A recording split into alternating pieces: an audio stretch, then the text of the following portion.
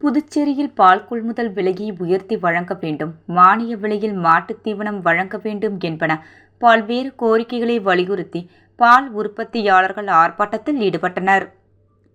புதுச்சேரி பால் உற்பத்தியாளர்கள் சங்கம் சார்பில் பல்வேறு கோரிக்கைகளை அரசு நிறைவேற்றக் கோரி அண்ணா சிலை அருகே கண்டன ஆர்ப்பாட்டத்தில் ஈடுபட்டனர்.